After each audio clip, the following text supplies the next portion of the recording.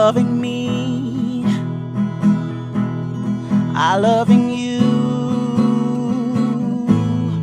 Mothers and fathers, husbands and wives, sisters and brothers, friends for life, won't live in the past. All I wanna do now is making it last.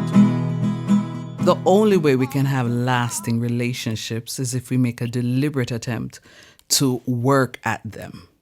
Welcome to Making It Last podcast. I'm your host, Noreen Daly, and with me this time around is Jed Jurchenko. I'm hoping I'm pronouncing that correctly, but I'm liking the sound of that name. I'm going to have him tell you where that name comes from. Welcome, Jed. Noreen, thank you. And you got my last name just right. Thank you. Jurchenko. It's Slovakian. Good news is, though, I'll respond to anything with a J, but you nailed it. Okay, good stuff. Thank you so much, Jed. So Jed is a marriage and family therapist, husband to an amazing wife, coach, and of his many books, one of them is 131 Creative Conversations for Couples. Welcome. So, Noreen, thank you for having me on the show. It's an honor to be here. Thank you. So, this whole idea of work-life balance, some people think that it's really not possible. So what we're going to be talking about today is how can one strike the right balance with work and life and have healthier relationships. So let's right now talk about the whole idea of work-life balance. Is this a myth or is it something that can actually be attained? You know, I'm still trying to figure that out. And I wish I could come on the show and say, man, I've got this work-life balance thing completely figured out. And if you just follow these 3 easy steps, your life will be perfect, just like mine. But one, I'm not that kind of coach. And two, I simply haven't figured out that kind of productivity and balance secret yet. So I think the best way to start is just to give you a little bit of insight into our lives. Okay. Because people are busy nowadays, and we're getting busier. You know, my amazing wife, Jenny, works. We've got 4 kiddos. We've got a foster kiddo. And with COVID hitting, our children are home at least half the week, and we both work. So we are juggling schedules, balancing stuff like never before. And so instead of using the word work-life balance, which I use because if I use that word, people immediately know what I'm talking about. Right. I'm using the word work-life rhythm more often. Because one thing that we've noticed is there's going to be times when life is out of balance. And I'm starting to wonder, maybe it needs to be that way. You know, as somebody who owns his own business, there are times where we've got to dive into the work and it is just go time. And life's out of balance. We are honed in on our latest project. And there's other times where family is just incredibly important. And, you know, maybe one of our kids is hurting, an extended family member is hurting. And we've just got to dive in and really care for them. True. And then there's vacation time where we're going to get out of balance the other way. I'm going to say laptop stays home, cell phone gets turned off, and we're just relaxing. And so really, I would say a work-life rhythm is finding those key values, those things that are most important, and saying, how am I going to integrate those into every single season of life? Because there's some things that they're just always going to be there, even when life's a whirlwind. Does that kind of make sense? Yes. How do you then find what these key values are, though? Because is it that you would then say that these are universal values, or is it that it's dependent on the individual or the specific society? Yeah, great question. So Jenny and I took 15 of our favorite key principles and wrote those down. And one of those we describe as this. We say, identify your lighthouse, because this is going to help you know and lead yourself well. And so for me, this idea of a lighthouse is, man, what are those core values? What are those things that are just a guiding light for me personally and a guiding light in our family? And so for us, there's just simple things, words like gratitude, family time, faith, connection.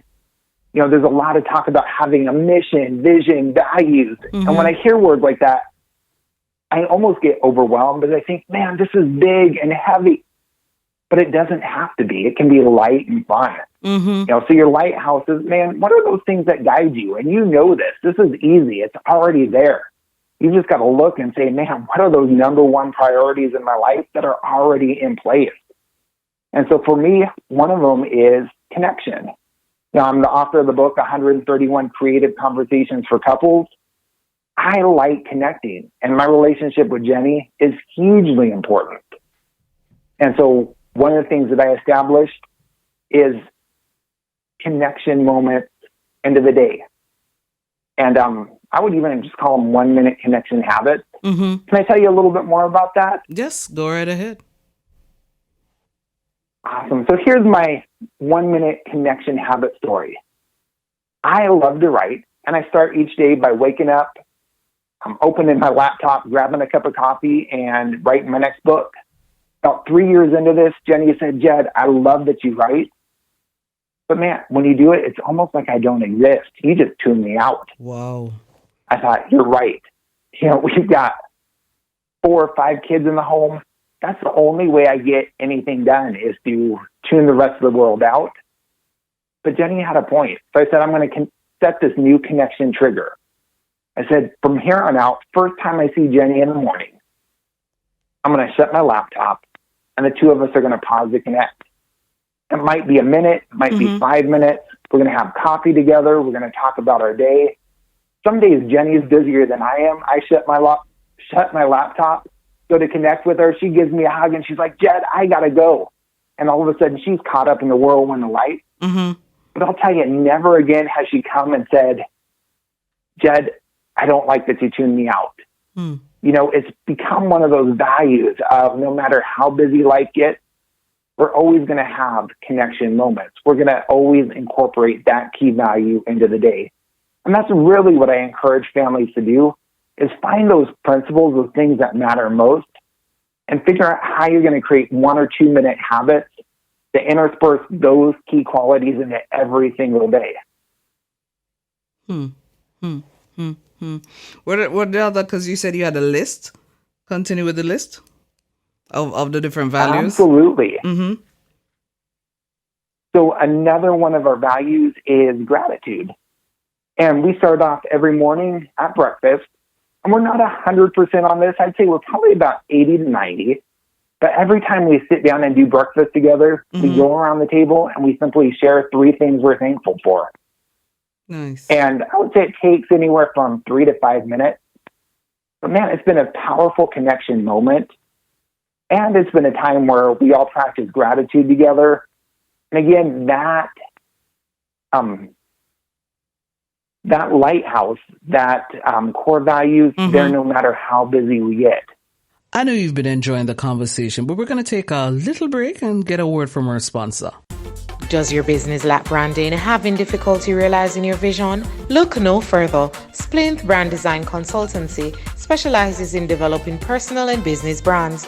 Services include strategic management, website creation, social media branding, and more. Visit them online at www.wearesplint.com. Splinth, the brand you need to succeed.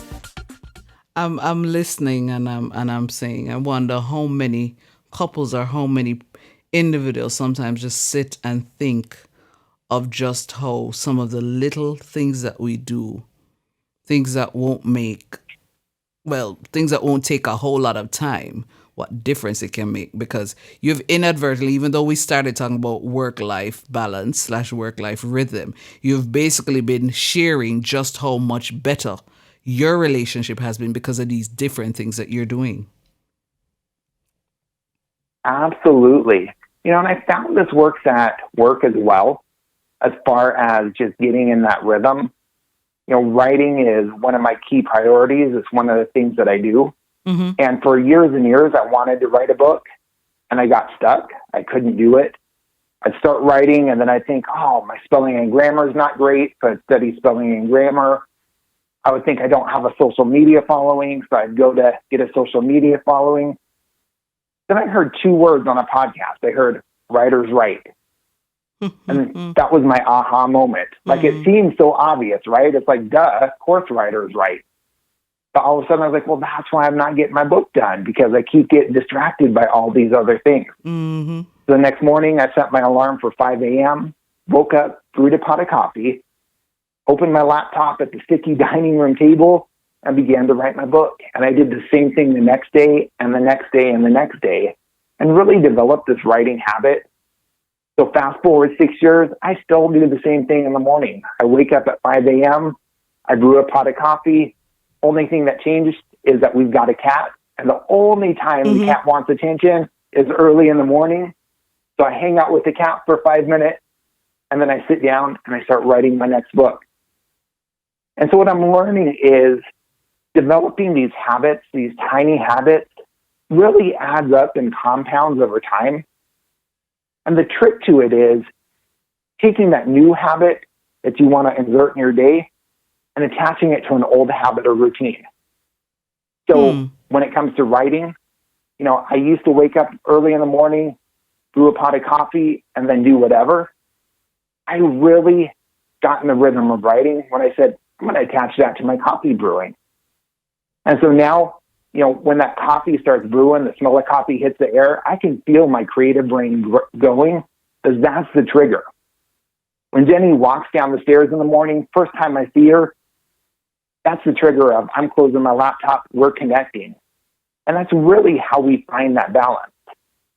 You know, on busy days, I get maybe 10 or 15 minutes to write.